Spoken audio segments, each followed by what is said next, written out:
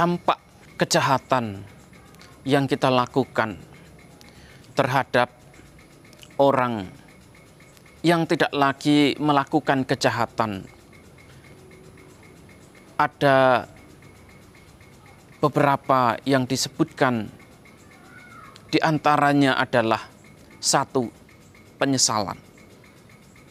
Ketika kita melakukan kejahatan, melakukan tindak kekerasan terhadap orang-orang yang tidak lagi melakukan kejahatan, orang-orang yang tidak lagi menyakiti orang lain, orang-orang yang tidak lagi mau melukai orang lain, tentu penyesalan akan timbul dalam diri kita.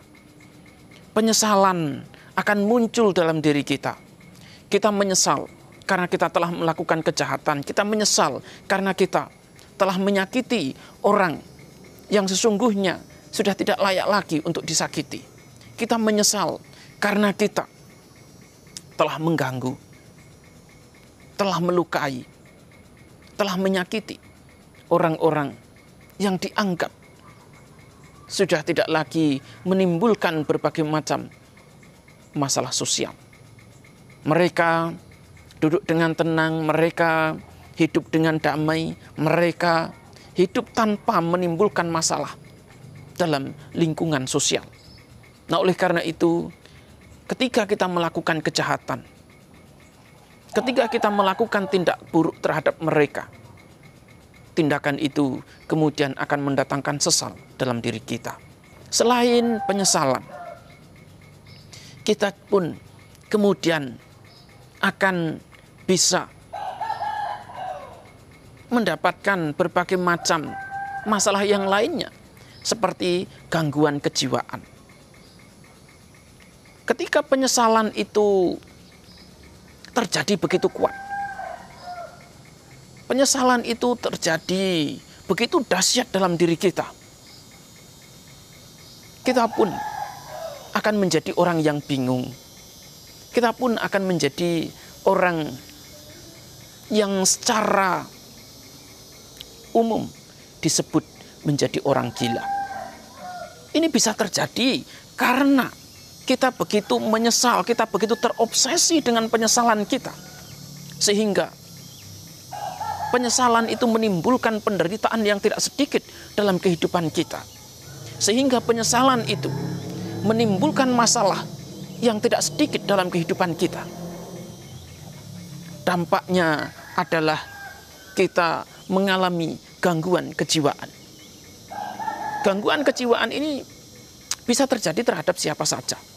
Mereka yang tidak memiliki pondasi batin yang kuat, mereka yang tidak memiliki benteng pertahanan yang kuat, akan mengalami gangguan kejiwaan ini. Selain mengalami penyesalan dan gangguan kejiwaan, perbuatan yang kita lakukan terhadap orang-orang yang tidak lagi mengganggu orang lain, tidak lagi menimbulkan permasalahan bagi orang lain adalah cacat fisik. Saya ambilkan contoh.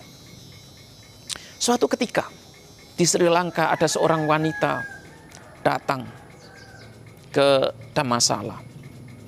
Ketika dia datang ke Dhammasala, dia berniat untuk mempersembahkan bunga di altar Sang Buddha. Tepat pada saat berada di altar itu, kemudian dia melihat bahwa Sang Buddha tampak begitu tampan, tampak begitu elegan. Dan kemudian timbullah rasa jatuh cinta terhadap Sang Buddha. Sesaat kemudian wanita ini tersadarkan dan timbullah penyesalan.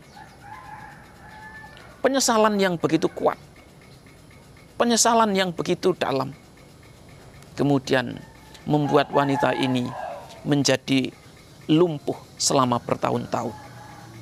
Penyesalan yang begitu kuat terjadi dalam dirinya, kemudian membuat wanita ini tidak mampu untuk berjalan.